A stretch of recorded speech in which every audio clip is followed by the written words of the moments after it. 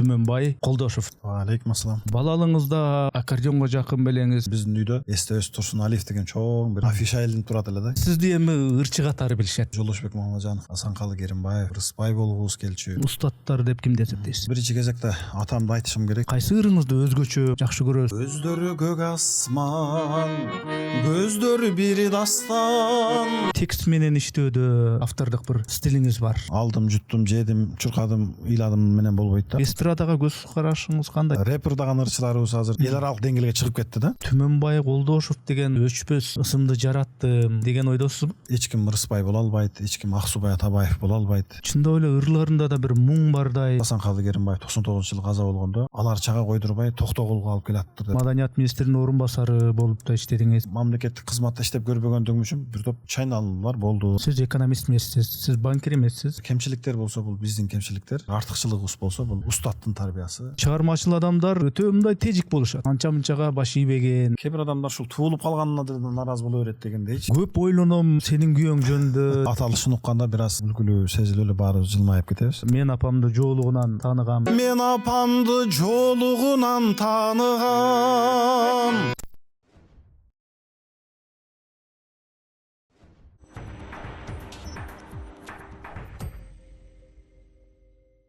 Ассаламу алейкум арбаңыздар, амансыздар урматтуу көрүүчүлөр, урматтуу катталуучулар. Биз кезектеги пикирлешүүбүздү, подкастыбызды баштайбыз.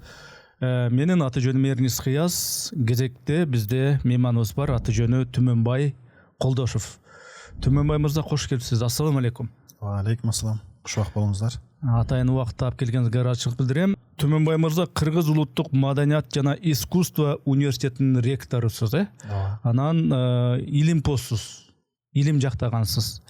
Филология илимдеринин кандидатысыз, доцентсиз, Негизи сизди эми ырчы катары билишет. Апамдын көйнөгүнөн тааныгам деген ырыңыз айрыкча элдин жүрөгүнөн орун тапкан. Андан башка дагы көптөгөн ырларыңыз бар. Негизи башатыңыздан баштасак. Тереңге кирип кетип анан кайра балалыкты сурасак да болбой калат. Ошон үчүн балалыгыңызда музыкага, аккордеонго жакын белеңиз, кимдерге шыктанып ушундай ырчылык өнөр сизди ушул тооруп калды дегендей. Алгач рахмат ушул подкастка чакырганыңызга. Эми ыраты менен баштап айтайын. Биздин айыл Өзбекстан менен чек аралаш жарым анклав айыл, Көкташ деген. Тоолуу айыл болгондуктан айылда биз эми кой эчки багып дыйканчылык менен алектенип, ушул биздин айылыбызда дагы Союздун бир өтө бир бренди болгон тамеки тизип, тамеки эгип калган муундун өкүлү болуп калдым да мен дагы мектепте окуп жүргөн мезгилде. Анан айылда жалкоо болгондугума байланыштуу деп ойлойм. Ушул жумуштан качып мал жайып, мал бакканга, анан мектепке эрте кетип шашпайраак келгенге шыктуу элем да. Анан айылда ушул мал жайып, кой эчке кайтарып жүргөн мезгилде ушул музыкага, адабиятка болгон шыгым ойгонду деп ойлойм. Анткени биздин үйдө терезенин тикчеде чоң Кыргыз СССРынын эл артисти, Токтогул атындагы мамлекеттик сыйлыктын лауреаты Эстебес Турсуналиев деген чоң бир афиша илинип турат эле да. Көрүп Эстебес Турсуналиевдин Кыз жигитин угуп чоңойдук, Замирбек Үсөнбаевдин дастандарын угуп чоңойдук, Жолболду Албаевдин, Рыспай Абдыкадыров, Асанкалы Керимбаев дегендер бул биздин бир үйүбүздүн бир үй бүлөбүздүн мүчөсү катары. Анткени атам жакшы көрчү бул таланттарды. Ошондуктан радиодон, магнитофондон тынымсыз бул кишилердин ырларын угуп чоңоюп, анан ушул бала кезинен ушул Жолдошбек Мамаджанов болгубуз келчү, Асанкалы Керимбаев, Рыспай болгубуз келчү. Анан мезгилдер болду. Ошол 7-8 класс болгон мезгилде мен бир тууган тайжем Орозгүл Эгемова деген музыкант эжекебиз бар. Бизде музыкадан сабак берчү. Анан ошол эжемдин үйүнө барып жүрүп аккордеон үйрөндүм. Анан эми негизи айтышым керек, мен музыкант болуу үчүн эмес, мен ушул максатым оон жазуу, өзүмдүн бир чыгармаларым болсо деген бир тилек менен үйрөнүп жүрмүн да. Ошондуктан ушул чала баштап аткан мезгилде эле оон жазганга аракет кыла берчүмүн. Эми кайсы бир деңгээлде максатым ишке ашты. Эми ырчылык бул атам жакшыртайт. Интернеттен да көрсөңүз керек. Бир тууганыбыз, 7 бир тууганбыз, 7-өбүз тең жакшыртайбыз. Эң начар ырдаганы мен, анан аспап ойногондо мен, негизи өзүңүз жакшы билесиз, мектепте начар окугандар бактылуу болушат. Ошол сыяктуу начар ырдап кичине элге таанылып калганым мен. Жашыңыз канчада?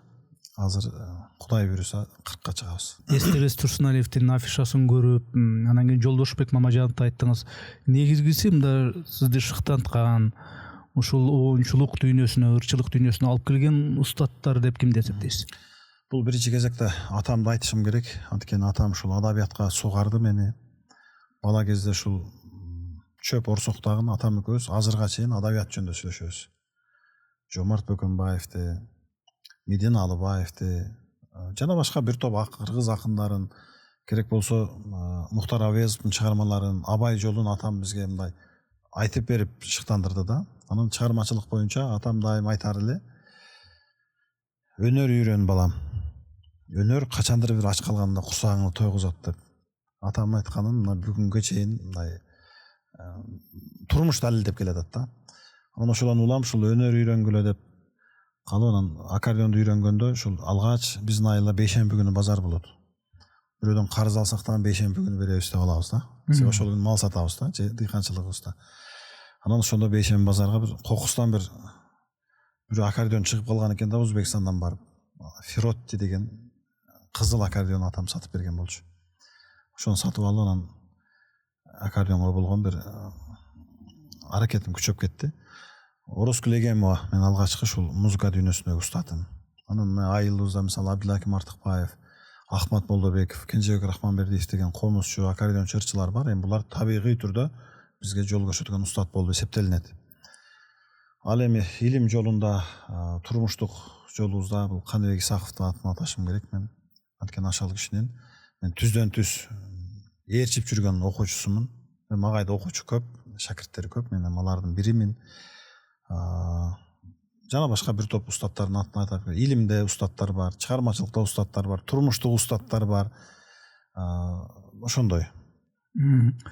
Эми кичинемде мага деле аккордеон сатып беришкен да, аккордеон малыш деген аккордеон бар эле, алып негедир мен аккордеон үйрөнбөппүрмүн да. Бирок ырга деле жакшы ырдагым келчү. Анан анча-мынча окшошпосо бир жок эле обондорду чыгарып дегендей. Азыр эсимде жок. Сиз алгачкы обонуңуз эсиңиздеби? Мисалы үчүн азырго эми элге белгилүү обондоруңуз бар, ошону ырдап жүрүшөт, Түмөнбай Колдошевдуку деп. Белгисиз обондоруңуз да барбы? Алгачкы чыгарган. Бар. Бардык нерсени өзүңдүн жон тереңинен сескен жакшы болот да. Экспериментти мен өзүм жасагам, анткени ыр жазчумун текст. Менин атым Түмөнбай. Түмөнбай Байзаковдон улам коюлган. Ошол 80-чи жылдардын тегерегинде Ала Тоо журналына Кыргыз жери деген ыр чыгып, атам ошолорду көрүп жакшы көрүп калган. Атымды Түмөнбай коюптур, Түмөнбай Байзаковдай Кыргыздын жерин даңктаган акын болсун деп.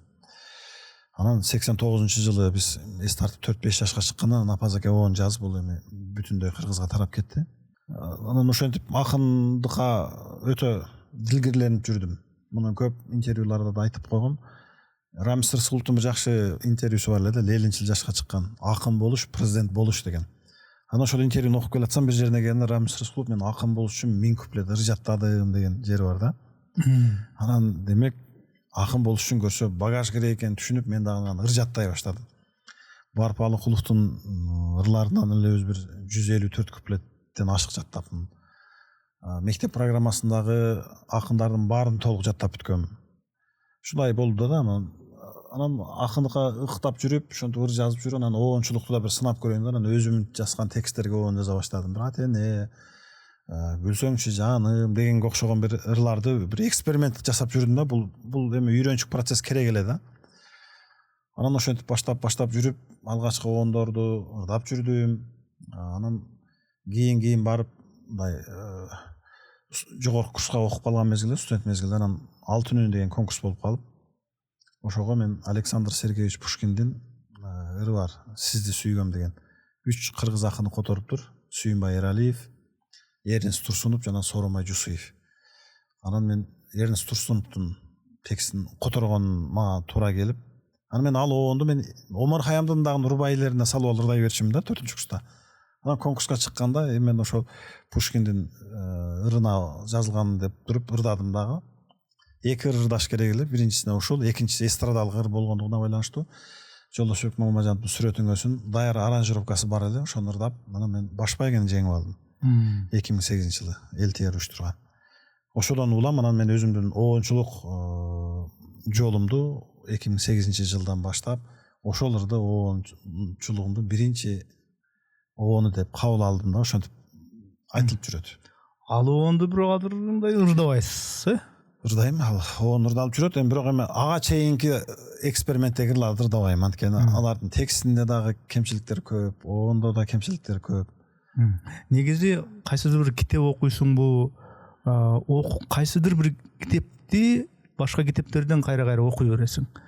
Же болсо ырдасаң, анча-мынча кыңдап көп ырларды ырдайсың, бирок кайсы бир ырды көбүрөөк ырдайсың да. Сиз ушу оончу катары кайсы ырыңызды өзгөчө мындай бир жакшы көрөсүз?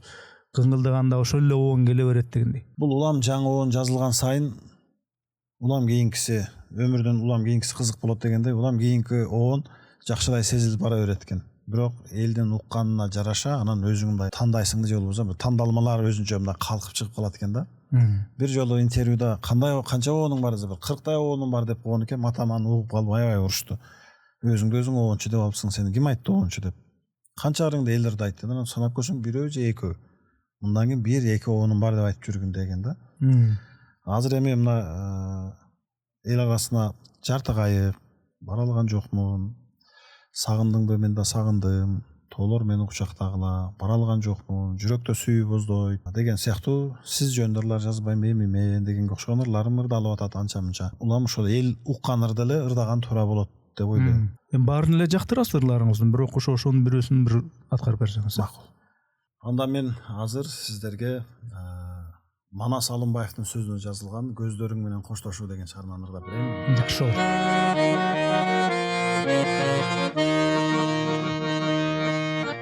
Көздөрү көк асман, көздөрү бир дастан, көзүңө чөгүп канча адашкан, бири тиктеп алып карегим талып, кирпиктерим да сени самашкан,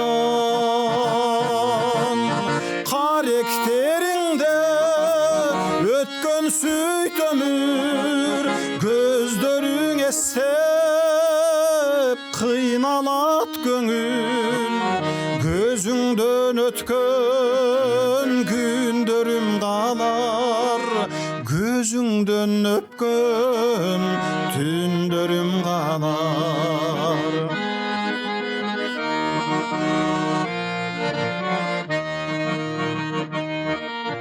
Жарык этип күндөй бүркөлүү дүйнөм, алоолоп жанып көзүңдө күйдүм, төгүлдүм сага чайпалы эрким, көрүндүң мага баладай сүйкүм, каректериңде өткөн сүйт өмүр, көздөрүң эстеп кыйналат көңүл, көзүңдөн өткөн күндөрүм калар, көзүңдөн өпкөн түндөрүм калар.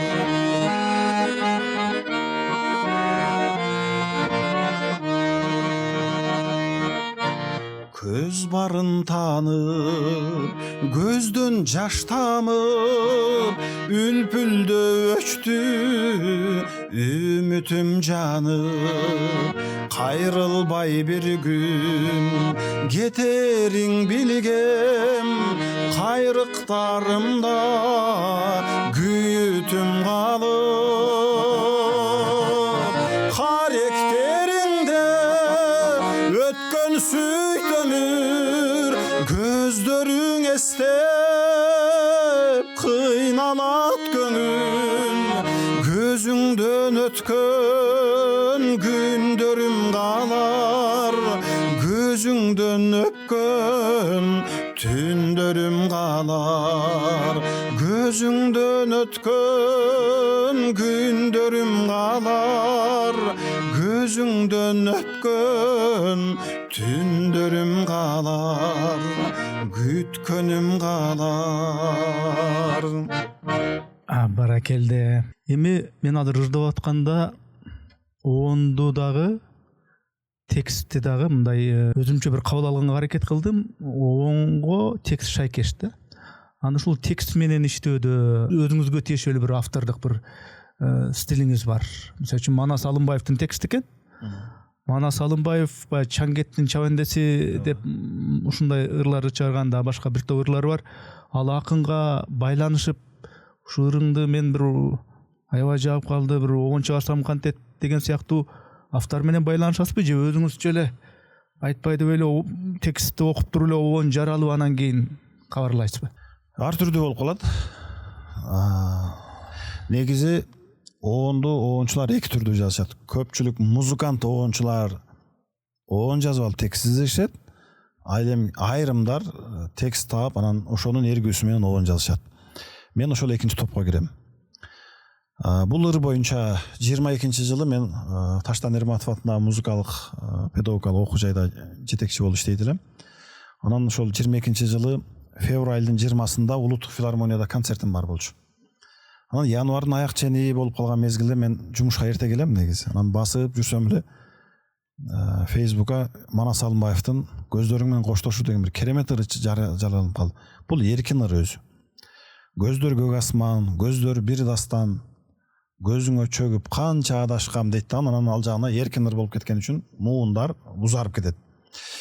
Ыр дароо эле бул музыкалык ыргак турат да. Көздөр көк асман, көздөр бир дастан деп эле мындай музыка сурап атат да. Анан дароо жагып калып анан Манас экеге чалдым. Манас эке, бул ырыңыз сонун экен. Бирок эми мен салттуу ырга көнүп калгам, баягы салттуу кыргыз ырына. Ошого бир муун өлчөмдөрүн карап, иреттеп берсеңиз, мен бир аракет кылып көрсөм десем макул деп коюп, бир жумадан кийин анан ал жак бул жагын карап берди. Негизги тулку бою калды, бирок айрым сунуштарды бердик. Мисалы, кайрылбай бир күн кетериң билгем, кайрыктарымда күйүтүм калып деген саптарды сурандым.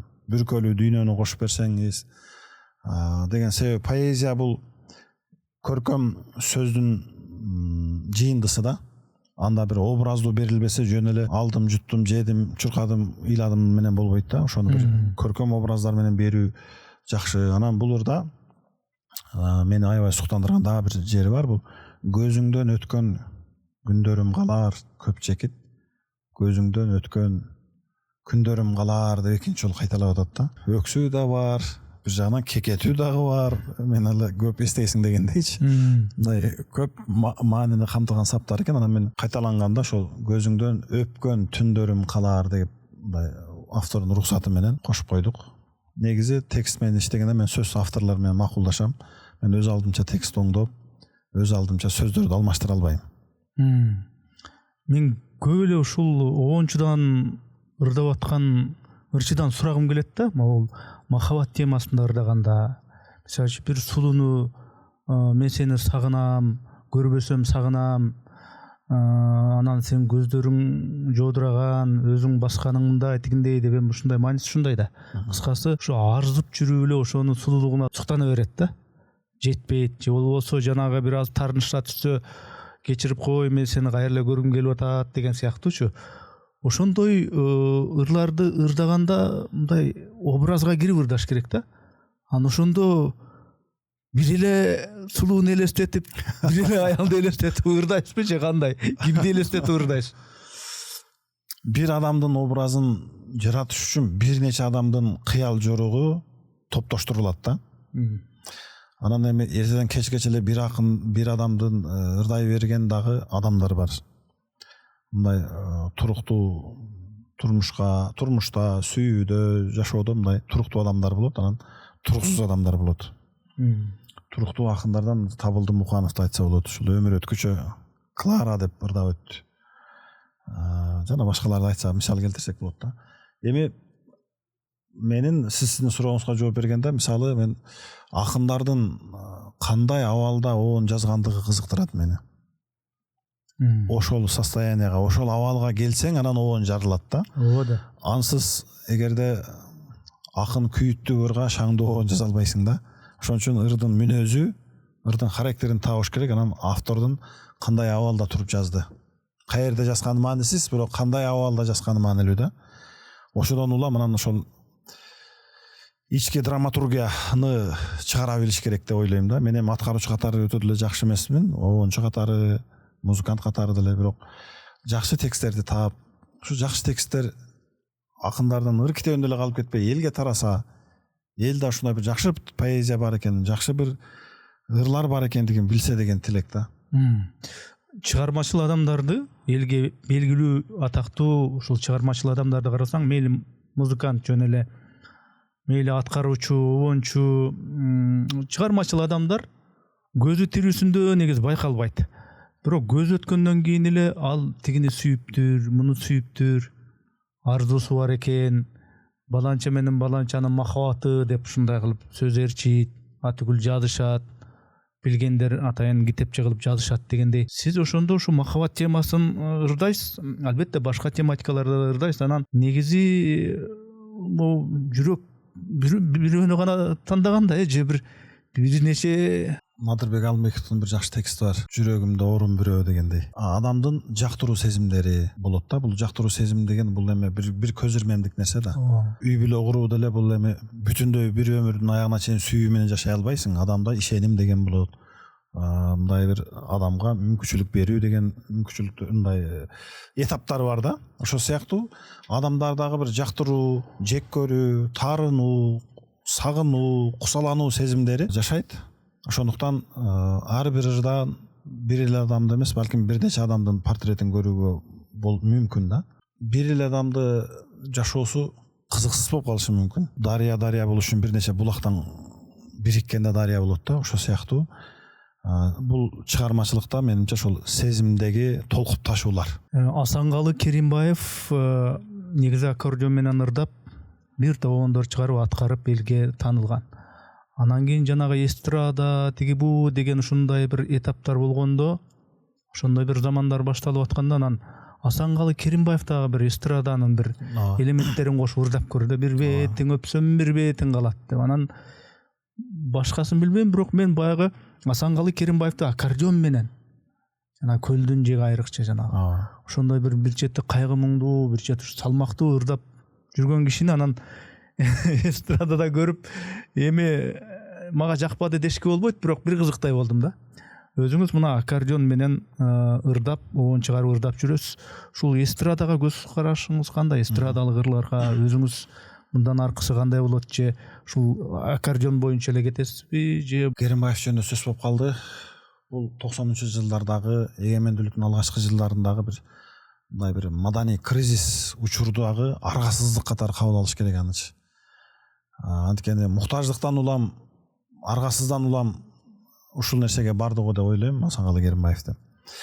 Анан экинчиден эстрадага мен көз карашым түз, анткени бул массалык маданияттын таасири чоң болот. Анан эми эстраданы мисалы чаны бергенге да болбойт. Мен дагы кээде эстрада ырдаганга учурлар болот. Анткени бул муктаждык, зарылдык, кээде ошол шөкөттөп ырдаганга элге жетишине, себеби угармандар улуу муундан кичи жаш угарман деле болуп калышы мүмкүн да. Ошон үчүн угармандын табитине жараша аракеттенүү катары кабыл алам. Биздин эстрада азыр бир топ жакшы болуп калды деп ойлойм. Анткени бир учурлар болду 90-жылдан 2000-жылга чейин таасирленүүлөр, деги эле кыргыз музыкасындагы мындай таасирленүүлөр аябай көп. Коңшу өлкөлөрдөн, башкалардан, бул эми биз географиялык жактан жакын жайгашкан өлкөлөрдөгү бул таасирленүүлөр сөзсүз болот. Бул табигый нерсе. Анан эми азыр эстрада мындан ары өнүгөт, поп музыкасы өнүгөт, жана башка жанрлардагы өсөт деп ойлойм. Азыр мисалы кыргыз эстрадасында рэп ырдаган ырчыларыбыз азыр мындай эл аралык деңгээлге чыгып кетти да. Биз эми аккордеон менен эл аралык деңгээлге чыга албай калышыбыз мүмкүн. Аны биз улуттук маданиятыбызга гана кызмат кыла алабыз. Ама мисалы рэп, эстрада аркылуу биз Кыргызстандын чегинен чыга алабыз деп ойлойм. Мисалы азыр мына Европада өткөн конкурстарга биздин студенттер деле барып лауреат болуп келип атат. Евровидениеге катышкан мына биздин таланттар бар. Бул эми өнөр жашай бериш керек. Мезгил өзү таразасын, өзүнүн убактысында кайсыл жакшы экендигин иргеп бере берет. Кезинде ушул комузду кармап алып туруп эле оон чыгарып ошол атай, мейли андан мурку жеңи жок, токтогул сыяктуу өзүнчө мындай муун болуп келе берет экен да. Эми ал убакта аккордеон каякта, комуз менен ырдаган дегендей өзүнчө муун, өзүнчө ошол ырчылардын, комуз менен ырдаган ырчылардын мууну болду. Анан кийин эле аккордеончулар, Токон Эшбаев, Асанкалы Керимбаев, Түгөлбай Казаков сыяктуу ушундай. Анан азыр бүгүнкү заманда мисалы үчүн аккордеон менен ырдоо эми бүт жаштар илгерки советтик кездегидей болуп аккордеон менен ырдагандарды тим эле күйүп жанып бет-бетинен кеткен баягындай тенденция жок. Сиз айткандай рэп сүйгөнү бар, башканы сүйгөнү бар. Анан ошол аккордеончу, ал бүгүнкү күндөгү аккордеончу ырчылар, аккордеон менен ырдаган ырчылар менен ким менен мындай байланышып турасыздар, пикирлешип турасыздар, чыгармачылык боюнча мындай өзүңөрдүн ой алмашып турасыңар, муундашпыз деп эсептейсиңер? Мына Майрамбек Осмонов бар, Болот Токтобаев бар, дагы бир топ аккордеон менен ырдаган ырчылар бар, жаш ырчылар да бар дегендей. Өтө жакшы суроо болду. Негизи ушул чыгармачылык баарлашуу керек, бирок андай баарлашуу жок. Мен оштон 2020-жылы пандемияда келдим да которулупчу, жумушка келип анан ошондо меземе ошто таланттуу балдар, кыздар мындай башыбыз биригип өзүнчө бир чыгармачылык топтор бар болчу да эми. Баарлашуубуз, жаңы оон жасап талкуулайт элек дегендей. Анан мен Бишкекке келгенде аябай бир башкача бир сезимдер менен бул жакта эми Түгөлбай Казаков бар. Бул жерде эми Болот Токтобаев бар, Абидин Темиров, Майрамбек Осмонов, Бек Борбиев жана башка сыяктуулар менен бир жуурулушуп тим эле бир агайыны болуп калаткан деп келгем да дегдепчи. Көрсө бул жакта эмес, дээрлик азыр заман ушундай болуп калды. Азыр убакыт тартыш. Бишкекке келген досторум менен деле азыр мен өзүм жолуга албай калдым. Мурда Бишкекке барсаң качып кетесиң дейчүбүз да, азыр жагдай ошондой болуп калды. Мурда биз суунун аркы бетинен карап берки бет жөнүндө сөз кылчубуз. Азыр өзүбүз берки бетке өткөндөн кийин жагдайдын аркы беттегилерди түшүндүрө албайсың да. Ошондой учур бар. Анан оончулар менен эми баардыгы менен сыйыбыз бар, урматыбыз бар. Бирок мен эч бири менен мындай жаңы оон жастым эле же мындай бир чыгармачылык менен алака жок, туурасын айтканда. Ар ким өзүнчө күжүлдөмөй, өзүнчө изденмей, дегендей.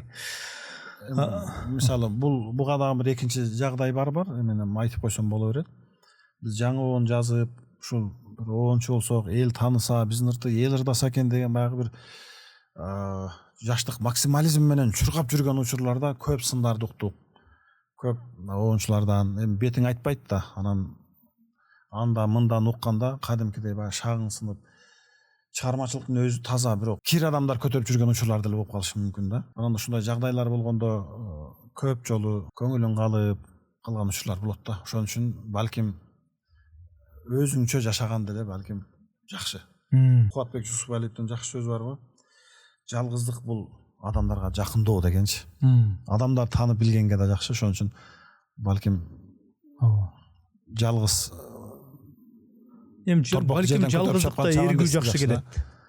Балким кээде баарлашканда эле аябай мен муктажмын ошол нерселергечи. Мисалы чыгармачылык бир талкуулар болсо, жаңы оон жасак, ошону илгерки Союз мезгилдегидей бир көркөм кеңеш талкуулап, кызыл жеке болуп, жакшысын жакшы, жаманын жаман деп анализ эткан бир муун болсо, азыр андай азыр бир пикир айтсаң эле жаман болуп каласың, айтпасаң да жаман болуп каласың. Ошон үчүн мындай бир мезгилди түшүнүп болбой турган бир муну суу тунугуча бир топ мезгил кетет го деген.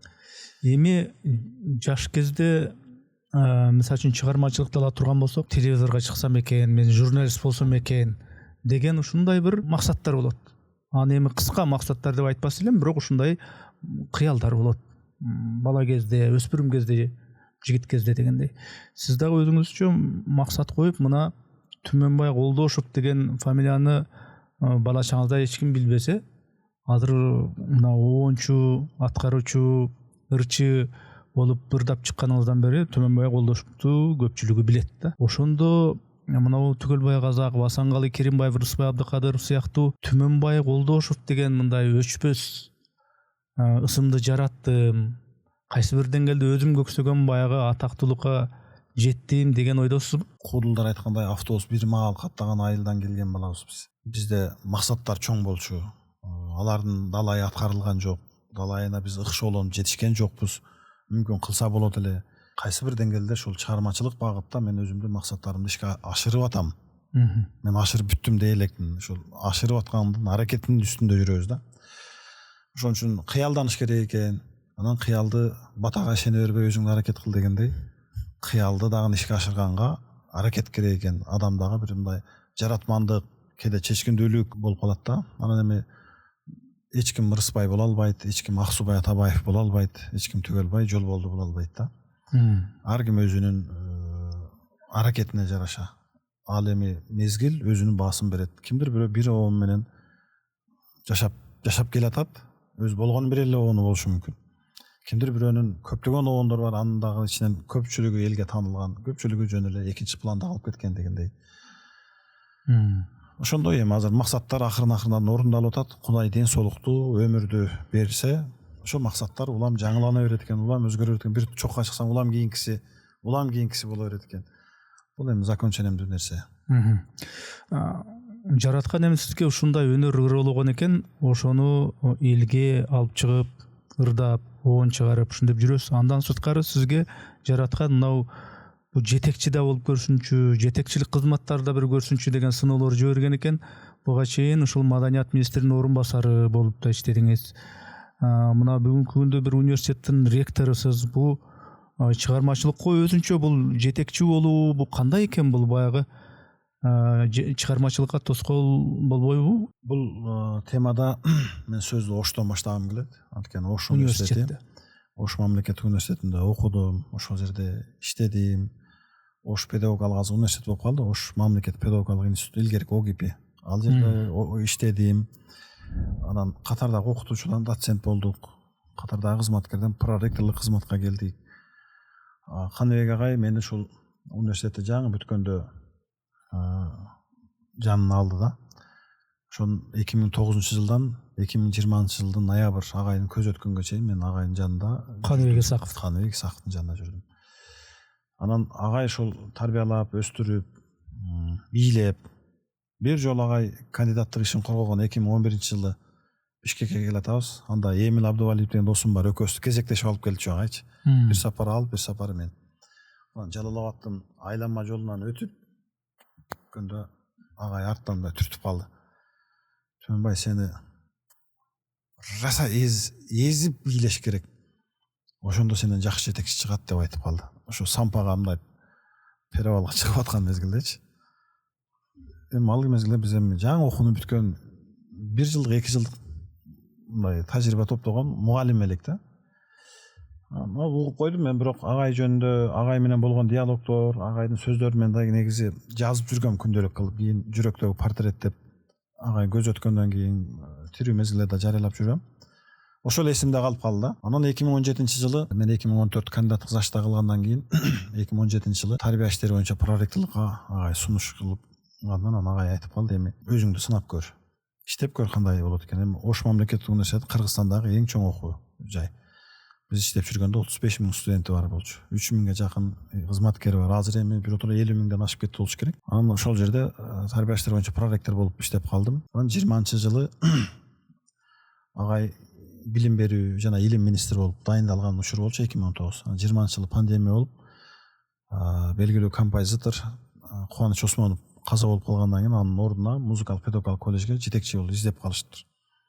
Мага Кокустан ошо чалып калышты, Расул аке чалып ушундай. Анан мен өмүрү мындай коллеж бар экен уккан эмес экен. Анан интернеттен карап жүрсөм, анан агай чалып калды.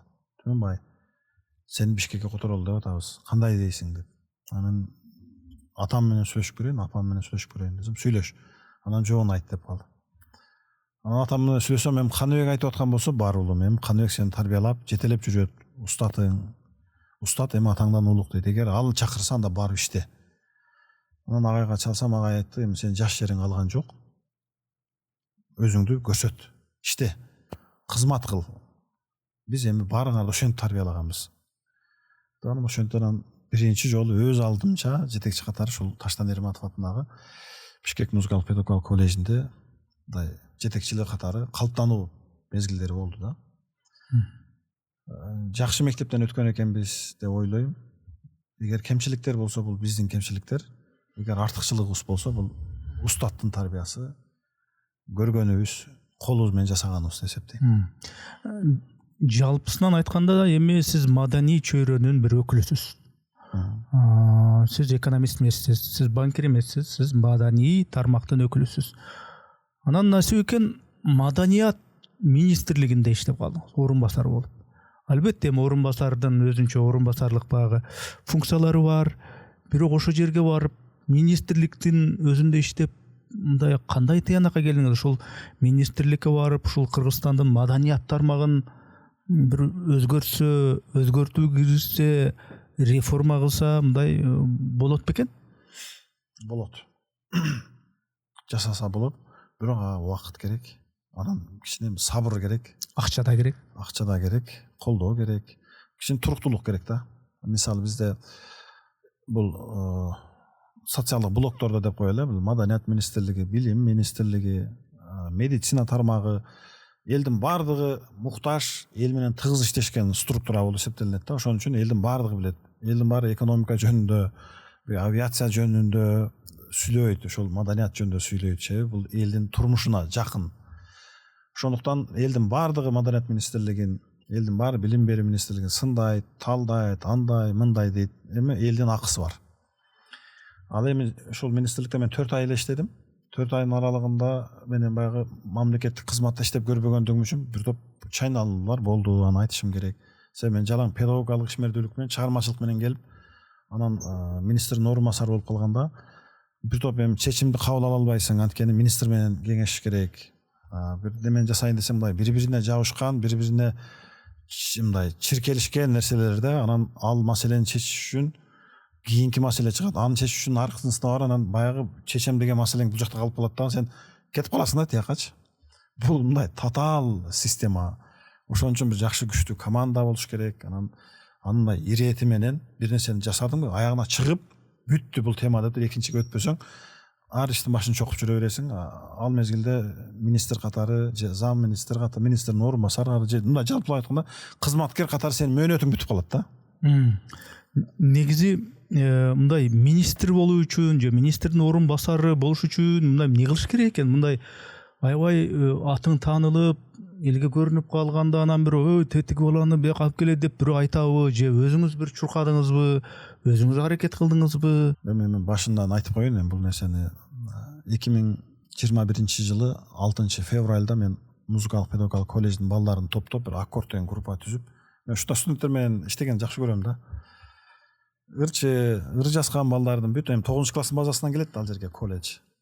Чогултуп алып Улуу Тоо деген 3 микрорайонда аларга тамак алып берип, алар менен отуруп ырдап сырдашып койгон түнкү саат кетет. Ондордо чоң машинам бар эле.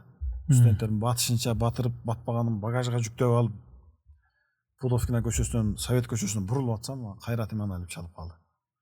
Түн бай каяктасың деген. Жумуштамын дедим. Жумуштамын.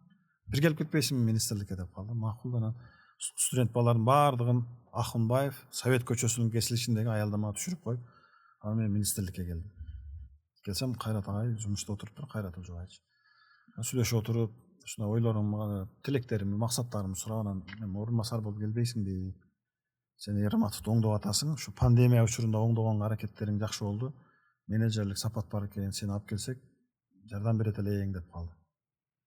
Анан мен бир топ жагдайларымды айттым, мен жаңы келдим, көрөлү, мен анан сиздин ишеничиңиз менен актай албайм деген сыяктуу нерселерди анан дагы айттым, ата-энем менен кеңешейин деп. Мага убакыт берди. Анан акылдашып, макулдугун бердим. Бирок болбой калды. Башка адам келди. Анан арадан 1 жыл, 2 жыл, балким 1-2 жыл өттү го дейм. 2 жылдан кийин анан кайра дагы бир менин талапкерлигим сунуш этилип калды. Анан эми раз тагдырга жазылган болсо бир иштеп көрөлү. Иштей албасак кайра чыгармачылыгыбызга, педагогикалык ишмердүүлүгүбүзгө кете беребиз деп макулдук бергем. 4 ай иштедиңиз, 4 ай иштедим. Министрдин орун басары болуп. Андан сырткары филология илимдеринин кандидаты экенсиз. Эми илим жаатында суроо, илимге эмне жаңылык киргиздиңиз, эмнени далилдедиңиз, илимий ишиңиз эмне болду, аталыш эмне болду, кайсы тармакта болду? 2013-жылы Каныбек агай бизди академик Абдуллажан Ахматалиев менен тааныштырды. Ошол жылкы бүтүрүүчүлөргө төрага катары барган экен, биз ошто таанышып, анан агай Каныбек агайдын дагы жетекчиси, илимий жетекчиси Абдуллажан Ахматалиев да. Анан чогуу чай ичип отуруп, анан мени тааныштырып, анан мен ырдап бердим. Жыпар Умарованын сөзүнө жазылган Элегия деген ырды ырдадым. Бул эми элге сагындыңбы, мен да сагындым деп тарайып жүрөт, ырдалып жүрөт. Анан ырдап угуп, анан ушул балдарда бир кандидаттык иш жактаса жакшы болот эле агай. Бир тема макулдашсак, сиз жетекчилик кылсаңыз, анда Каныбек агай илимдин кандидаты болчу. 2013-жылы анан кеч күздө мен кыргыз поэзиясындагы элегия жанрынын калыптанышы жана өнүгүшү деген темада кандидаттык ишимди жетекчим менен макулдашып, жетекчинин макулдугун алдым. Ошентип 2014-жылы 25 сентябрда Улуттук илимдер академиясында кандидаттык ишимди ийгиликтүү коргодум. Бул элегия жанры бул музыкада дагы, поэзияда дагы бар. Кыргыз адабиятында, кыргыз поэзиясында биринчи жолу ушул элегия жанрындагы ырлар иреттелип, системалаштырып бир анализденди. Алгачкы кыргыз элегиялар кайсылары жөнүндө сөз болду. Негизи кыргыздын турмушунда элегия деген бул эми муң кануу, зарлоо да. Бул эми алгач ата мекенге болгон бир сагынычтар ырдалып жүрсө, анан кийин өнүгүп келип азыркы күндө бир сүйүү темасы дагы аралашып кетти да. Кыргыз поэзиясында мисалы жеңи жоктун жалгыз тал менен сүйлөшүү, балам жок деген ырлар булар толук кандуу элегия болуп эсептелинет. Токтогулдун Сибирге кетип аткандагысы дагы бул элегиядан элементин алып жүргөн поэзия. Ал эми профессионал адабиятка келгенде 44-жылы 43 бекен 44-жылы жазылган Алыкул Осмоновдун Бөөкө деген ыры. Бул биринчи толук элегиянын талаптарына жооп берген алгачкы ыр болуп эсептелинет. Ага чейин мисалы Ал Тукумбаевдин ырлары бар, 16-жылы Үркүндө агасын жоктогон ырлары, апасын жоктогон ырлары бар да, элементтер бар. Ал эми толук кандуу ушул Бөөкө жеке адамдын керт башынын трагедиясы бул элегия болуп эсептелинет. Мен ушулардын баарын изилдеп, бир топ акындардын поэзиясын окугандан кийин мен таптак ыр жазганды токтоттум. Көрсө поэзия башка дүйнө экен. Мен илимге кандай салым коштум билбейм, бирок мен поэзияны түшүнгөнүм чоң артыкчылык болду. Болбосо мен дагы ыр жазып, китеп чыгарып, поэзия фестивалдарына катышып жүргөн бир катышуучу болуп калышы мүмкүн эле да. Ошону мен азыр ушул жоопту уга электе бир суроо камдап аттым эле.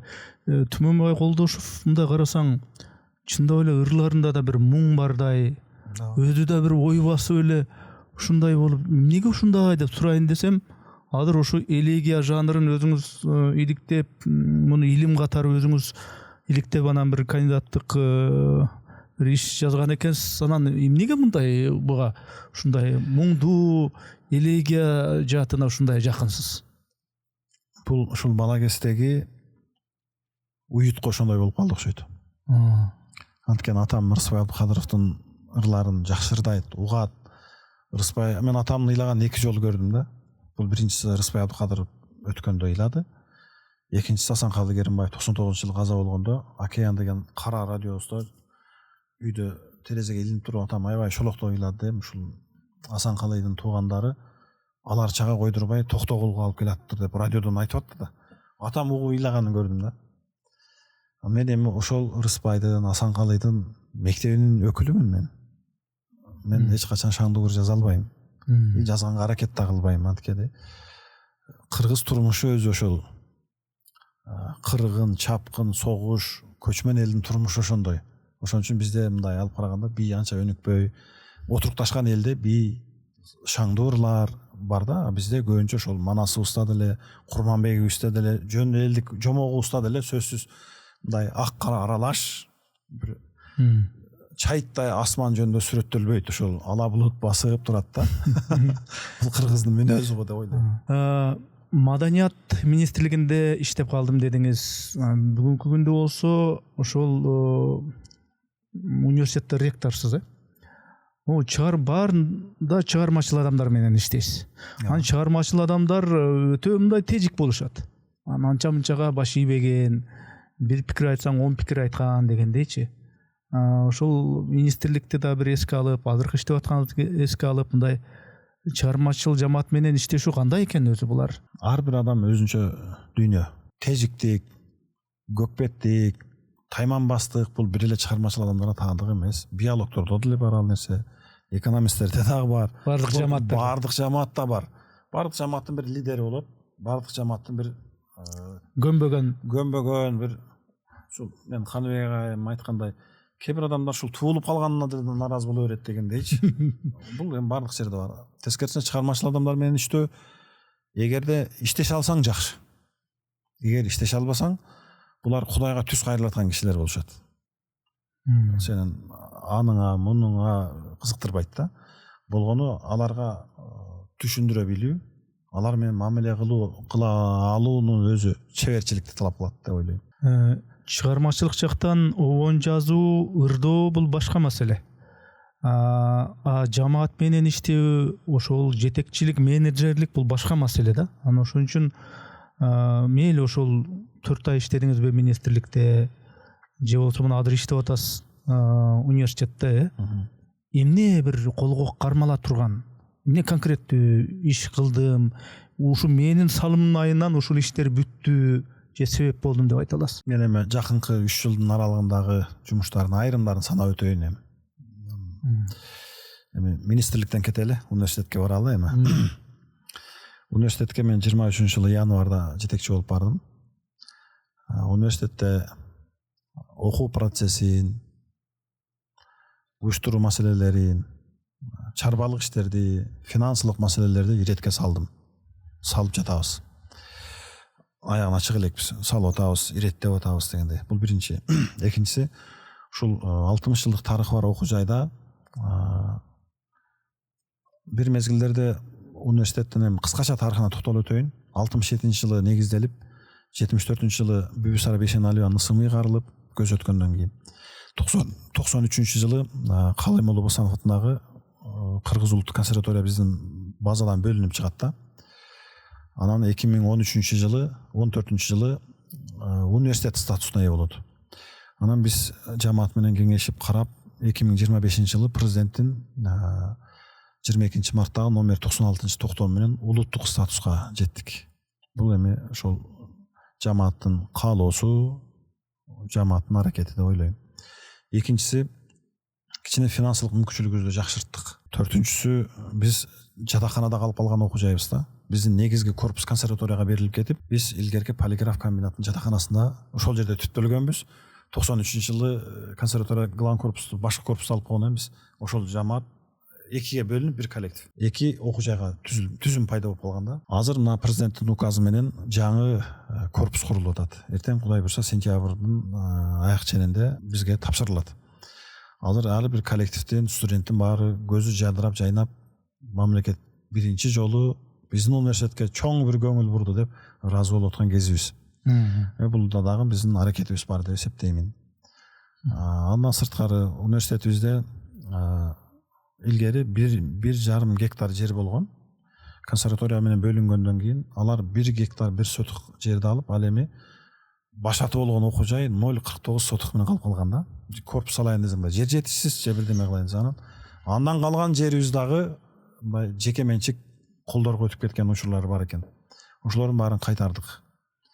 Азыр биздин чек арабызда турган бир 5, балким 6 же 7 сотук жерди кайтардык. Андан сырткары спорт зал салынды, студенттик ашканабыз жок эле ашкана курулду. Ушулардын баардыгы келип, азыр бүгүнкү күндө биз такташып, улуттук консерватория менен кеңешип, министрликтин колдоосу менен азыр биз 0,49 сотуктан 0,86 сотукка чоңойдук. Бул деген дагы жакшы эле чоң эмгекти талап кылат деп ойлойм. Андан сырткары биздин университетибизде билим берүү тармагында магистратура ачылды, аспирантура ачылды мына 2 жылдын аралыгында, 3 жылдын аралыгында. Илимдин кандидаттарынын саны 2-3 эле, азыр 10го жеттик. Илимдин докторлорунун саны өстү.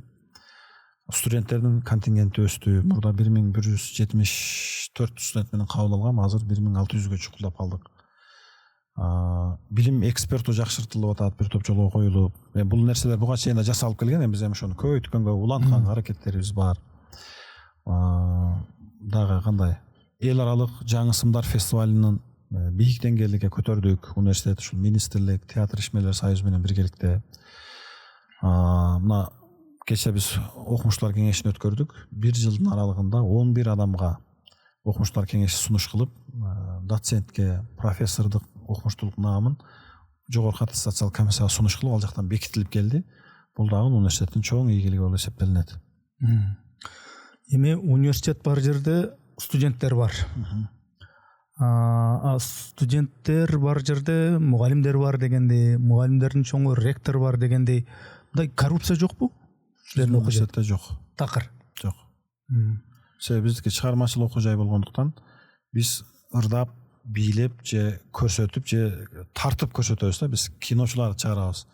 Театр жана кинонун актерлорун чыгарабыз. Бийчилерди, хореографтарды чыгарабыз.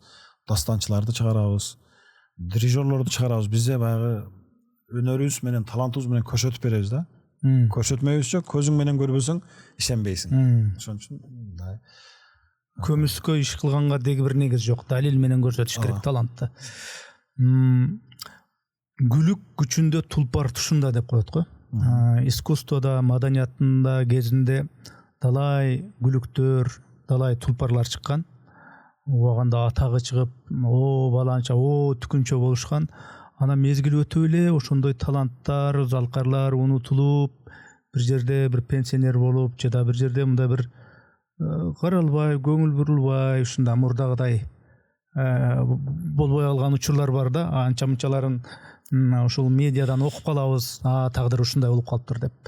Эми канткен менен ошол залкарларда чоң тажрыйба бар да. Ошондой тажрыйбаларды университетке колдонуп, мисалы үчүн ошол залкарларды, унутулуп калган залкарларды кайсы бир жерлерде жашап аткандар, ошо ишке тартуу, ошол практика жүзүндө ошол университеттин ошо педагогикалык курамына балким гана бир жактан жакшы мааниде колдонуу жагы каралганбы?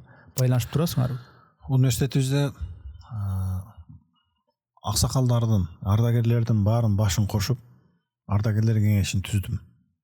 Анткени ардагерлерибиз, ардагерде жаштар болду, баягы муундар ортосуна байланыш жок да. Сизге чейин түзүлгөн эмес бекен ардагерлер? Анткени бизде чыгармачыл окуу жай болгон үчүн ар бир таланттын мен деген эгосу бар. Муну жашыргандай эмне, баарында мен деген нерсе бар да. Ошон үчүн мендердин башын бириктирүү дагы оңойго турбайт. Анан данышмандардын, биз эми данышмандар деп койдук, эми данышман да булар. 80ге чыккандан кийин, 70ке чыккандан кийин турмуштук тажрыйбасы бар. Ошон үчүн данышмандар уюмун түздүк. 33 адам бар экен, 65 жаштан улуу эл артисттер, эмгек сиңирген артисттер же жөнөкөй эле окутуучулар. Ошолордун баары 33 болгон. Түзүп, анан ага атайын төрагасы кылып, Зарылхан Апиина деген эжекени көп жыл иштеди, 40 жылдан ашык иштеген эжекени төрага кылдык. Кыргыз билим берүүсүнө эмгек сиңирген ишмер, профессор. Анан эми айрым ардагерлерибизди ардактуу эс алууга узатуу дагы салтын быйыл жасадык. Анткени көп учурда ден соолугуна байланыштуу же бир ар түрдүү жагдайларга байланыштуу аксакалдарыбыз жумуштан чыгып кетет да. Анан эми аларды мындай расмий түрдө чакырып, рахматыбызды айтып, сиздин ушул жерде жаштыгыңыз өттү, билимиңизди бердиңиз, тажрыйбаңызды бердиңиз, энергияңызды бердиңиз деп рахмат айтып коюу да керек деп ойлойм. Ошон үчүн мисалы улуумдагы аксакалдарыбызды чогултуп, рахматыбызды айтып, кичинекей болсо да бир белегибизди берип, айрымдарын эс алууга узаттык. Ал эми калган улуумдагыларды жумушка тартуу, мастер-класс өтүү сыяктуу нерселерди бул эми жасап келатабыз. Эми жумуш болгон жерде кемчиликтерибиз деле бар. Бирок мен бир нерсени калыптандыргым келет ушул университетте. Эми акырын-акырындан жөнгө салынат деп ойлойм. Бул нерсе бар. Мисалы жамааттын арасынан кимдир бирөө ооруп калса, же кимдир бирөө бир жакшылык той кылып калса, бир улун үйлөсө, жандай бир ардактуу пенсияда болуп калган аксакалдарыбыз болсо, кабар алып, мен профсоюзду жаныма эчтеп алып барып кабар алам. Бирөө ооруп калса, башка болсо, ден соолугун сурап коюш керек. Себеби ал биздин кесиптеш. Ал биздин бир бүлө. Мен жетекчи катары ошол нерсени мындай үлгү кылгым келет. Жамаатыбыздын арасында бар. Анча-мынча жетишпестиктер болуп калса, кол кабыш кылганга, аны биз жалпы жамаат ортого алып камкордукка да алышыбыз керек. Себеби биз баарыбыз биригип бир жамаатты түзөбүз да. Маданияттагы мисалы үчүн сырттан келген ар кайсы баалуулуктар жөнүндө сурайын деп атам, пикириңизди билип коеюн. Биз өзүбүз Кыргызстан деген мамлекет аталганыбыз менен эми демократиялык коом, светтик мамлекет, өзүбүздүн мыйзамдарыбыз бар. Бирөө Түмөнбай Колдошевдун ырын угам десе, аны угат, өзүнүн эрки. Батышта кайсы бир рэперди угам десе, өзүнүн эрки. Аны таңулай албайсың. Же Саякбайдын манасын угам десе, өзүнүн эрки. Ошол фондо айта турган болсок, мында мисалы үчүн азыркы кийинки муун Корей маданияты, Корей поп маданияты, же болбосо Түркиянын ырчыларын уккандар бар, Батыштын ырчыларын уккандар бар, ар кандай ушундай табит ар кандай да. Ошол нерсени сен кыргызсың го, сен кыргыз деген мамлекетте жашап атасың го, сен мынандай кылышың керек деген чек болушу керекпи, же кандай эркин сүзө бер деп коюш керекпи? Эркиндик керек. Адамдын табиты ар түрдүү да. Мисалы, балким мен кыргыз музыкасын укпаган менен, бирок өмүр бою кыргыз музыкасын угуп жүргөнгө караганда ал мекенчил болушу мүмкүн да. Анын башка баалуулуктары бар болот. Ошон үчүн бул адамдын ой жүгүртүүсүндө, чыгармачылыгында, өзүнүн бир мындай жеке чөйрөсүндө эркиндиги болгон жакшы. Ар түрдүүлүк жакшы болот, Эрсаке. Эч качан баарын бир муштумга топтой албайсың, анан адамдын баарын күч менен да басып тура албайсың. Эркиндик керек, дүйнөнүн кенендигин да, дүйнөнүн түрдүүлүгүн да кабыл алыш керек. Анан ошодон өзү керегин, зарылдыгын, муктаждыгы барын алат. Керек эмес болсо, бул мезгил өзүнүн учуру менен биз эми улуттук өзгөчөлүгүбүз да ушул деп ойлойм.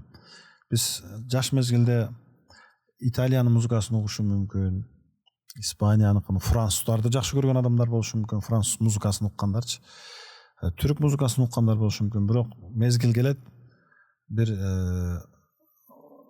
50-дөн, балким 60-тан өткөндөн кийин сөзсүз түрдө Сарынжы Бөкөйдү угуп калат. Туура. Биз баары бир эртедир кечтир өзүбүздүн улуттук музыкабызга, өзүбүздүн үрп адатыбызга, салтыбызга кайтабыз. Бул мезгил, учур, жаштын өзгөчөлүгү ушуга алып келет деп ойлойм. Түмөнбай Колдошев келгенде могу суроону сөзсүз берейин, өзүм үчүн да билип алайын деп бир камдаган бир суроом бар эле. Көп ойлоном сенин күйөөң жөнүндө деген ыр бар го. Ошону бунун мааниси кандай өзү? Ошо кимдин күйөөсү жөнүндө ойлонуп атат? Ошо мунун таржымалы кандай? Ырды уктуңузбу? Уккам. Ырдын темасын укканда, аталышын укканда бир аз мындай үлгүлүү сезилип эле баарыбыз жылмайып кетебиз. Бул ыр кыргыздын таланттуу акыны Тургунбай Эргешевке таандык. Тургунбай Эргешевдин жеке трагедиясынан жазылган чыгарма бул. Ошол үй бүлөлүк маселе, турмушта эми идиш аяк кагышат деп коет бизде. Идиш аяк кагышат, башка болот, таарынычтар болот. Анан эми ушундай үй бүлөлүк маселелерден улам жазылган чыгарма. Эми бул балким 70-жылдар жазылган, мүмкүн 80-жылдар жазылган, мен билбейм качан жазылган. 2014-жылы ушул жакшы көрүп, ушуларды анан оон жазсам деп анан тартынып жүрүп, анан өткөн жылы концертимде ырдадым, анан оон жазып. Эми текстте мындай сүңгүп карасаң бүтүндөй бир тагдыр жатат да. Көп ойлоном сенин күйөөң жөнүндө. Жылытуучу күн бар бекен көзүндө, сагынтуучу гүл бар бекен сөзүндө. Бажырайып ажарыңа суктанып, агартуучу нур бар бекен өңүндө. Көп ойлоном сенин күйөөң жөнүндө. Сулуулугу менден 2 эсеби, баалай билип кадырыңа жетеби, же бир күнү зар ыйлатып сени таштап кетеби. Анан аягына келгенде чындап эле анын сүйүүсү менден да бийик бекен деп атат да. Эми бул балким Тургунбай Эргешевдин баягы шарт эле бетке айтып салганы го деп ойлойм да. Мындай ырды бардык кыргыз акындардан тапса болот. Мисалы Турар Кожомбердиевдин ыры бар. Сен аны сыйларсың да, аярсың да, сен анын ар ишине даярсың да, сен ага жөпчүнөкөй бир кишисиң, сен ага жөпчүнөкөй аялсың да деп. Ошол элердин берки бетиндеги бирөө 12-нчи бетте, бирөө 13-чү бетте турган эле ырлар. Тем болгону ошол темасы өзгөчөрөөк. Кыскасы Ракурс башкачараак. мен сени сүйгөндөй, мен сенин кадырыңды билгендей, тиги күйөөң биле экен деген мааниде керек. Камкордук эле бул эми баягы бечара эми көзүң жашын гүлдөтпөй бир бактылуу сезип жашап атасыңбы өзүңбү деген эле сөз да. Түшүнүктүү. Түшүнүктүү. Эми мынау маектин соңунда ушул подкасттын ээси катары мен акым бар деп ойлойм. Ушу ырчы келсе, өзүм сүйгөн ырды ырдатып алууга, манасчы келсе, ушу манастын ушу бөлүгүн ырдап бериңизчи мен үчүн дегенге бир аз акым бар деп ойлойм. Ошон үчүн сиздин ырларыңыздын арасынан могу жанагы мен апамды жоолугунан тааныгам, көйнөгүнөн тааныгам деген ырдаганыңызды укканда эми апам көзү өтүп кеткен.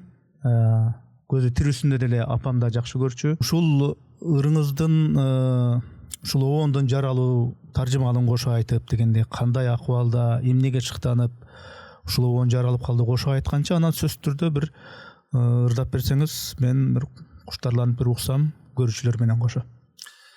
Рахмат, бул эми керемет ыр. Ал үчүн Фатима Абдаловага мен ыраазычылык айтышым керек. Апа жөнүндө Турар Кожомбердиев, Анатай Өмүрханов, анан Фатима Абдалова көп жазыптыр. Фатима эженин чыгармачылыгын өңүлүп карасам, мен сунуштайм Фатима Абдалованын да бир апа жөнүндөгү бир ырларын угуп койсоңуз, ушул базар коргондон келип, анан Фатима эженин үйүндө жүрүп, анан коштошуп бараткандарын, апам көйнөгүн алып калдым, сагынсам көйнөгүн жыттайм деп, анан бирем чоң эле аял болуп, чоң эле бир өзүмдү өзүм эптеп калсам да апаман кат келиптир дейт да. Анан кат расмиси ушундай деп акча салып коюптур ичине дейт да. Просто мындай сөз менен сүрөт тартып койгон да. Эми анын баарын ырдай албайсың да, ал поэзия боюнча жашаш керек. 2013-14 жылдары Кыргыз маданият борбору деген бир сайт бар. Анан ошол жерде мен дайым ыр окуганда эле оонго ылайыктуу ырларды акырындай көз салып жүрөм да. Анан Фатима Абдалованын блогуна келип калып ырларын окуп барып келатсам, керемет ушулда турат да, мен дүйнөнү апам менен тааныгам деп. 5 куплет. Жөнөкөй сөздөр, биз күндө колдонуп жүргөн, көрүп жүргөн, угуп жүргөн нерсе болгону ошолду мындай бир иреттеп, сонун кылып өзү эле мага обон чыгар деп турган сыйбы таптайыр турат да. Бир караганда жупунуга окшойт, бир карасаң чоң бир салмактуудай сезилип кетет.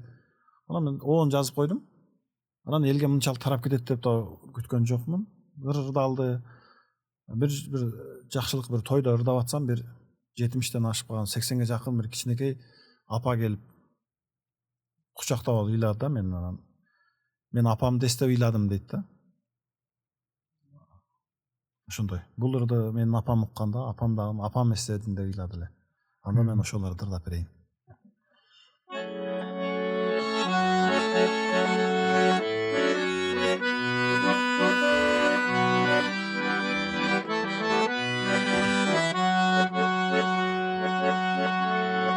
Мен дүйнөнү апам менен таанысам, мен апамды көйнөгүнөн тааныгам. Тирүү болчу көйнөгүнүн гүлдөрүн, баскан сайын бажырайып ачылган. Тирүү болчу көйнөгүнүн гүлдөрүн, баскан сайын бажырайып ачылган.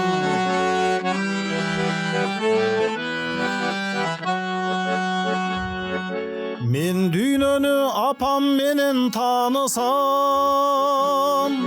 мен апамды жыты менен тааныгам. Жыттачу эле магдыратып жытына,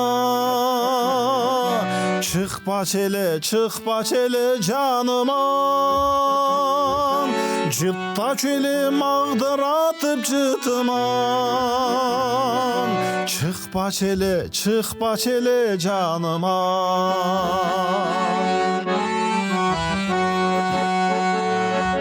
Мен дүйнөнү апам менен таанысам,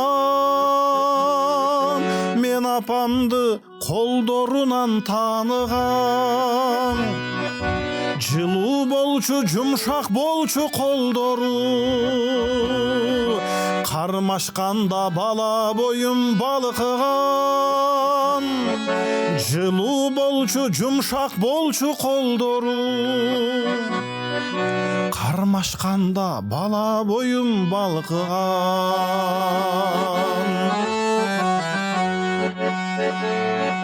Мен дүйнөнү апам менен таанысам,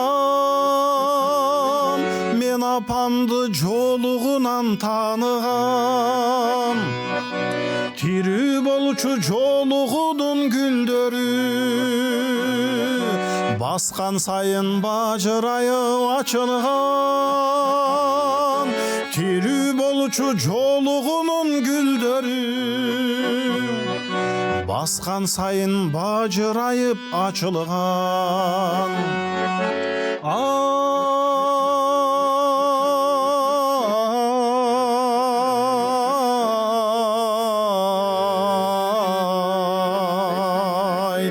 Мен дүйнөнү апам менен тааныгам,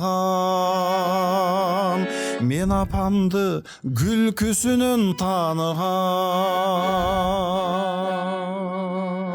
Апасынын көзү тирүү, апасы тирүү жүргөндөр апасынын баркына жетишин каалайт элем.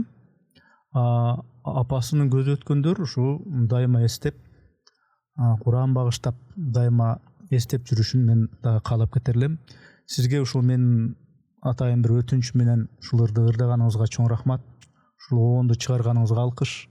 Анын бул тексттин автору Фатима Абдаловага дагы алкыш. Анткени бул канча укпасын, канча жолу адамдарга ырдабагыла, тиги ютубта канча ушул бир топ видеолор бар. Ушуларды уккан сайын адамдарга бир башкача бир сезимдер тартуулайт. Адамдарды жакшы жакка багыттайт, тарбиялайт. Ошонуңарга рахмат. Түмөнбай мырза, анда келип бергениңизге чоң рахмат. Сиздин ушул жетекчилик, ректорлук ишиңизде ийгилик. Кыргыздын маданиятына, искусствосуна өзүңүздүн салымыңызды кошуп жүрө бериңиз, бар болуңуз, тынч болуңуз. Рахмат сизге да.